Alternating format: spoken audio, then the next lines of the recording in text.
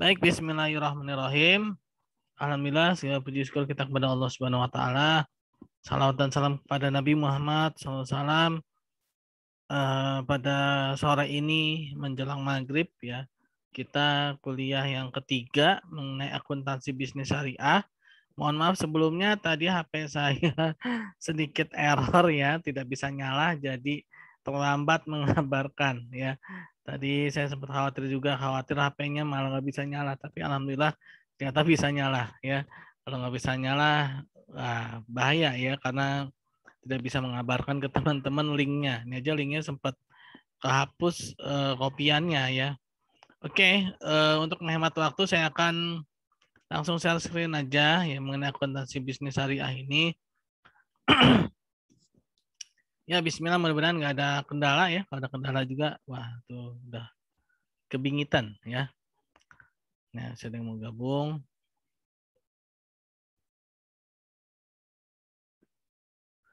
Ya, akuntansi bisnis syariah.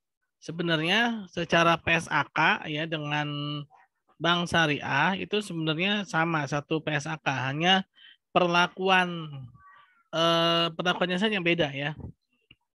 Misalkan akuntansi mudharabah ya dalam PSAK-nya baik yang bisnis maupun yang bank syariah PSAK mudharabah ya. Sedangkan perlakuan yang berbeda.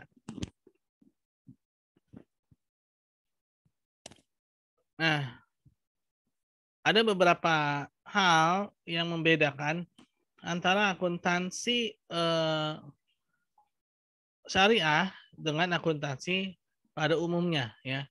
Kalau akuntansi pada umumnya itu ada namanya akuntansi perusahaan jasa ya, ada akuntansi perusahaan dagang. Akuntansi perusahaan jasa biasanya tidak ada persediaan ya, karena dia hanya berkutat pada jasa ya. Sedangkan persediaan ini adalah khusus akuntansi perusahaan dagang. Nah, pada akuntansi syariah, ya akuntansi bisnis syariah atau lembaga keuangan non-bank yang syariah, ya akuntansi jasa sekalipun ternyata ada akun persediaan, ya. Contoh misalkan leasing syariah, ya leasing syariah itu dia tetap ada persediaan murabahah, ya. Lalu juga perusahaan non bank syariah lainnya, ya misalkan Ventura Syariah, ya. Nah dia mungkin juga punya persediaan aset salam, ya dia juga punya persediaan aset istisna, ya, dan juga persediaan aset ijarah. Nah ini adalah perbedaan ya akuntansi syariah atau bisnis syariah dengan akuntansi pada umumnya. Nah, persediaan ini kalau dalam akuntansi perusahaan dagang, dia namanya persediaan barang dagang. Tapi kalau dalam syariah, dia lebih dispesifikasi. Dia lebih digolongkan lagi ke dalam akuntansi yang lebih mendetail lagi. Ya. Nah, sehingga ketika nanti masuk ya pada bab pembahasan tersendiri ya, yaitu nanti ini persediaan murabahah yaitu adalah akuntansi murabahah. Nanti persediaan aset salam itu adalah akuntansi salam. Lalu akuntansi persediaan aset istisna nanti ada akuntansi istisna. Lalu akuntansi ijarah itu adalah akuntansi ijarah. Nah, nanti ijarah itu ada dua, ya ada ijarah muntahiyah bitamlik, ada ijarah yang biasa. Bedanya apa nih ijarah dengan leasing ya? Nah, leasing ini dia adalah ijarah juga, akan tapi dia ada hal yang membuat leasing itu menjadi haram ya, terutama kapitalis ya. Nah, capital leasing ini yang tidak diperbolehkan. Tapi kalau operasional leasing ya itu masih diperbolehkan. Nah, operasional leasing itu sebenarnya ijarah ya. Nah, kalau capital leasing itu kalau dalam ijarahnya itu dia ijarah muntahiyah bitamlik.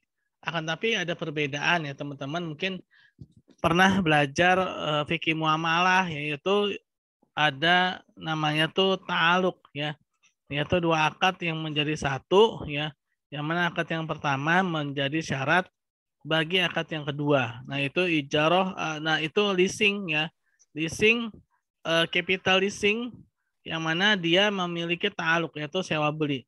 Transaksi jual beli tidak akan terjadi kalau tanpa didahului oleh transaksi sewa menyewa.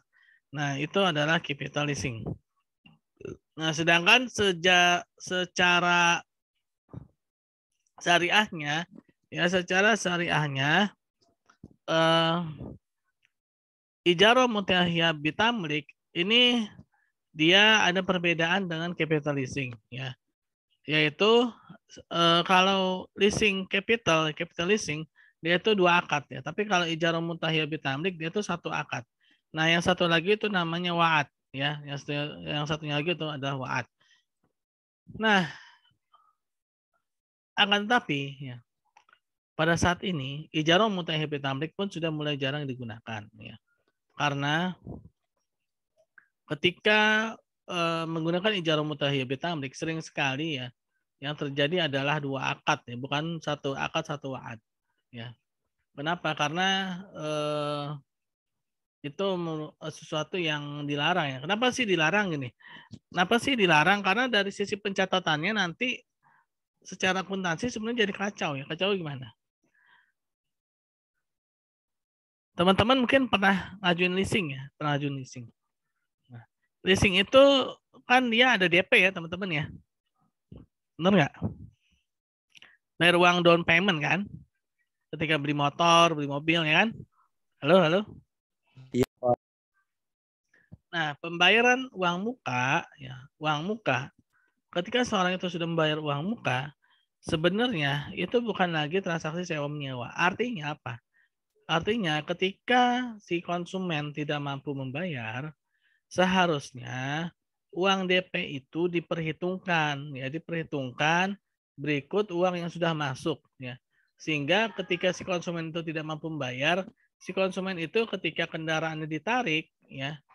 Nah, itu ada selisih yang masih kembali bisa kembali kepada konsumen ya.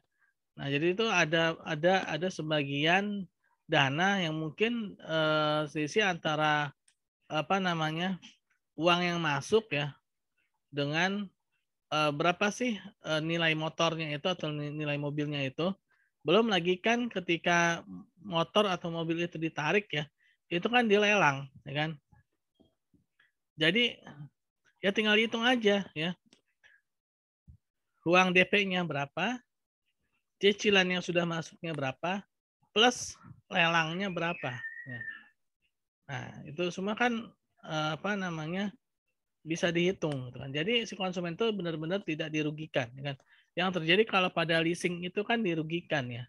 Dirugikannya apa? Dirugikannya itu dia sudah kehilangan uang DP, uang down payment, dia kehilangan uang cicilan, plus kendaraannya ditarik. Ya kan. Tidak menyisakan satu apapun. Ya.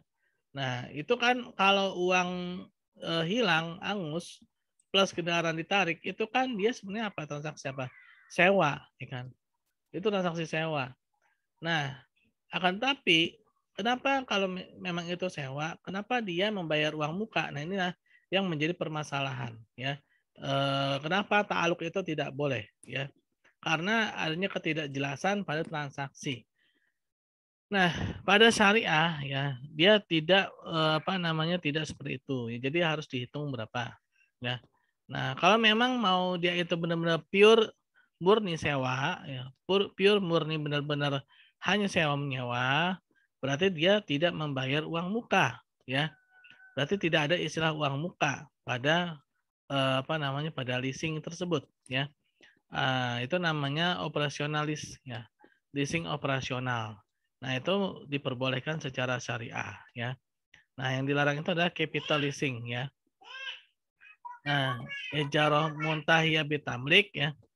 Nah, itu menjadi perdebatan ya sekarang ya. Karena sering sekali ketika di akhir periode ya, adanya pelimpahan kekuasaan barang tersebut kepada si konsumen ini sering sekali menjadi sesuatu yang mutlak.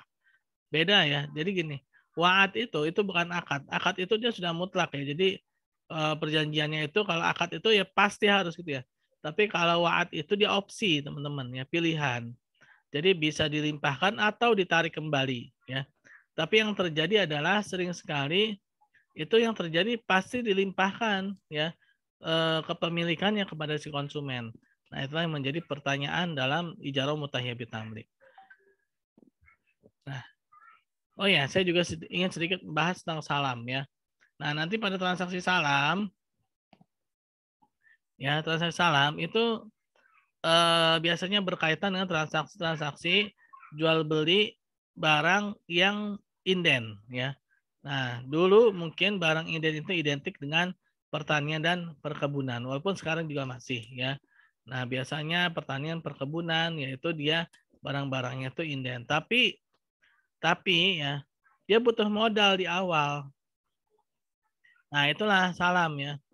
Nah, transaksi salam ini dia ada transaksi untuk menggantikan transaksi ijon ya atau ijon goror ya. Transaksi goror atau sistem ijon ya. Nah, sistem goror ini sangat dilarang dalam syariah. Kenapa? Karena dalam jual beli dia harus bersifat pasti ya. Jual beli harus bersifat pasti. Sedangkan goror dia jual beli tapi tidak pasti. Oleh karena itulah harus diganti. Diganti dengan apa? Dengan salam. Salam itu jadi kuantitas, kualitas, terus waktu penyerahan, harga barang, lalu margin dari barang itu harus pasti ya. Nah, itulah transaksi salam ya. Lalu transaksi istisna ya. Transaksi istisna itu adalah transaksi jual beli barang yang penyelesaiannya bertahap ya. Penyelesaiannya bertahap biasanya itu menyangkut barang-barang mewah ya, barang-barang yang memang sulit digunakan atau barang-barang yang membutuhkan waktu yang panjang ya. Contoh misalkan membuat jalan tol ya dari Jakarta sampai Surabaya. Nah, si vendor kalau tidak dibayar secara bertahap, ini dia bisa istilahnya keteteran ya. Itu keteteran itu apa? Kehabisan duluan uangnya gitu loh ya. Jadi si vendor ini bisa bangkrut duluan kalau nggak dibayar secara bertahap. Nah, maka dibuatlah transaksi istisna. Jadi dibayar ya bertahap 25%, ketika selesai 25% dibayar. Nah, ini pun juga ada sistemnya, ada sistemnya ya. Nanti kita bahas lebih mendalam di pertemuan berikutnya ya. Nah, itu adalah transaksi istisna ya. Nah, tadi murabahah ya. Salam, istisna, ijarah. Kalau murabahah itu jual beli ya. Biasanya tuh kalau sekarang tuh murabahah bisa man ajil ya, yaitu jual beli yang pembayarannya itu dapat dicicil. Nah, dapat dicicil. Nah, itu persediaan murabahah.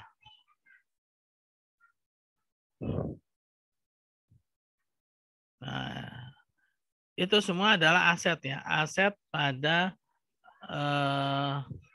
aktiva ya, pada apa namanya neraca ya, aset pada neraca. Lalu perbedaan pasifah pada akuntansi syariah. Nah, ada bagi hasil mudharabah yang belum dibagikan. Nah, ini juga merupakan salah satu perbedaan ya antara neraca pada akuntansi syariah dengan akuntansi pada umumnya. Pada akuntansi syariah ini ada bagi hasil yang belum dibagikan, yaitu bagi hasil yang dimiliki oleh sohibul mal ya. Sohibul mal dengan lembaga keuangan syariah atau ya perorangan juga bisa ya. Sehingga diperlukan satu akun khusus untuk mencatatnya, yaitu akun bagi hasil yang belum dibagikan ini. Nah, ini dia tidak dapat dicatat sebagai utang karena ada bagian milik dari lembaga keuangan syariah dan juga tidak dapat dicatat sebagai modal karena masih ada milik dari sohibul mal yang belum dibagikan. Nah, ini akan dibahas pada akuntansi mudharabah nanti ya. Memang pada lembaga perbankan ya, kalau pada lembaga perbankan itu dia mencatat secara dua-duanya ya. Jadi si bank itu dia mencatat sebagai mudorib ya, ketika dia berhadapan dengan nasabah sohibul mal atau nasabah penabung ya. Nah, dia menjadi wakil sohibul mal ketika dia berhadapan dengan mudorib, ya mudorib yang sebenarnya, ya. Nah, nanti bagaimana pencatatannya, ya nanti kita akan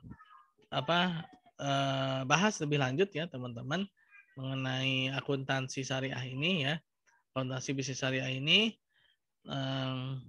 Mungkin untuk pertemuan sekarang ada yang ingin ditanyakan?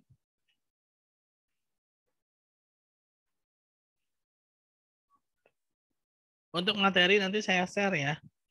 Yang tadi saya share. Untuk lengkapnya teman-teman mungkin bisa beli buku sendiri ya. Bisa beli buku sendiri mengenai akuntansi syariah. Terserah teman-teman mau buku yang mana ya, tapi kalau yang sudah biasanya itu yang terbit bab 4 itu ya.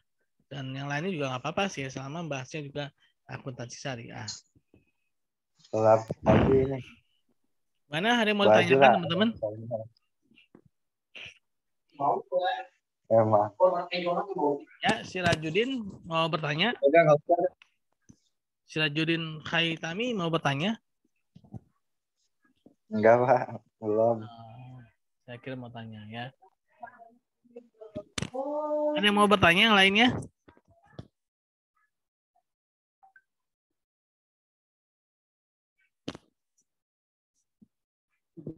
Tidak, Pak. Cukup. Oke, kalau memang cukup ya kita sudahin dengan baca hamdalah, alhamdulillahirabbil alamin, dan doa subhanakallahumma bihamdi, subhanakallahumma bihamdika, asyhadu alla ilaha illa anta, astaghfiruka wa atubu ilaik. Assalamualaikum warahmatullahi wabarakatuh.